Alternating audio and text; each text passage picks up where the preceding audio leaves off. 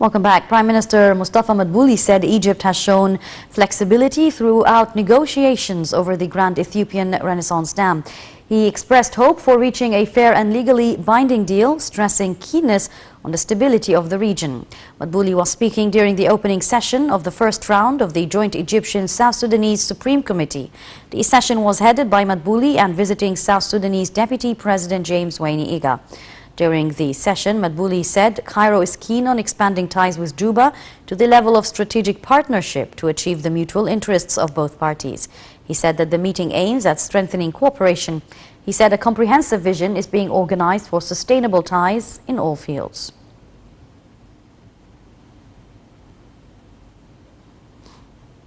The European Union on Tuesday called for a speedy return to political stability in Tunisia after the country plunged into turmoil following the president's ousting of the prime minister. Earlier, Tunisia's President Kais Saied dismissed Premier Hisham Machini and ordered parliament closed for 30 days, a move that the biggest political party, Ennahda, had decried as a coup. Saied also then sacked the defense minister and the justice minister. Here's the story. The European Union on Tuesday called for a speedy return to political stability in Tunisia after the country plunged into turmoil following the president's ousting of the prime minister. The bloc's foreign policy chief Josep Borrell said in a statement that the Union is following developments in Tunisia with the greatest attention. Borrell insisted that the prevention of democracy and the stability of the country are priorities and pointed to the considerable support given by the EU to help with a financial crisis and the COVID-19 pandemic.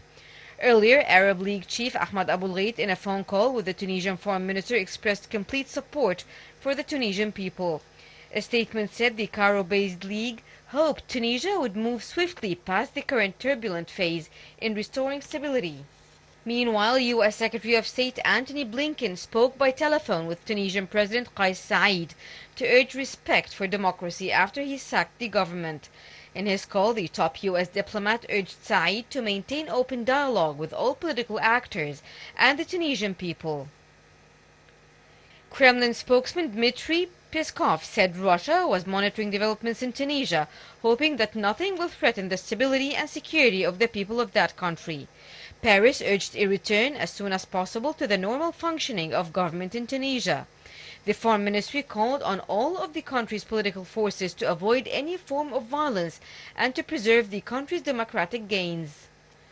Earlier, Tunisian President Kais Saied dismissed Premier Hashim Meshishi and ordered parliament closed for 30 days, a move the biggest political party Ennahda decried as a coup. Saied then sacked the defense minister and justice minister. The crisis follows months of deadlock between the president, the premier, and the Ennahda chief Rashid al-Ghannouchi, which has crippled the COVID response as deaths have surged to one of the world's highest per capita rates.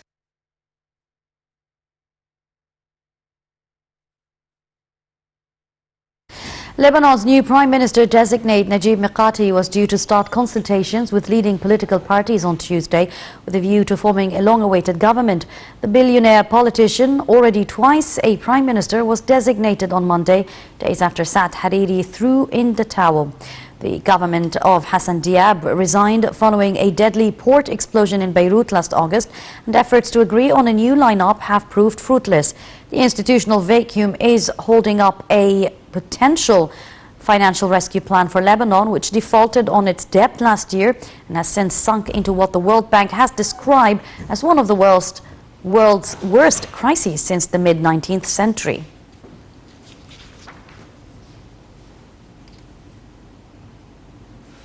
U.S. Biden announces new phase in Iraq relations, end of combat operations. President Joe Biden opened talks with Iraqi Prime Minister Mustafa al-Kadhimi, saying relations were in a new phase that would include the end of the U.S. combat operations in the country. With Kadhimi at his side in the White House, Biden said that the U.S. is committed to the security cooperation and will continue to train, to assist, to help, to deal with Daesh terrorist group. Biden also stressed that the U.S. supports elections in October in Iraq, saying Washington is working closely with Baghdad, the Gulf Cooperation Council, and the United Nations to ensure elections are fair.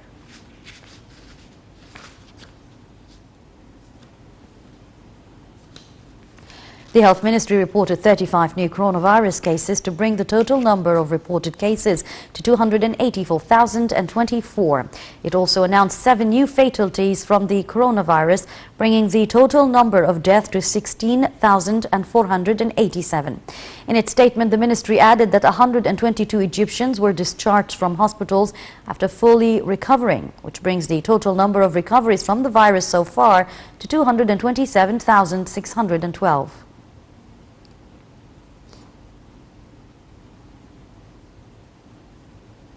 Coronavirus has killed at least 4.1 million people since the outbreak emerged in China in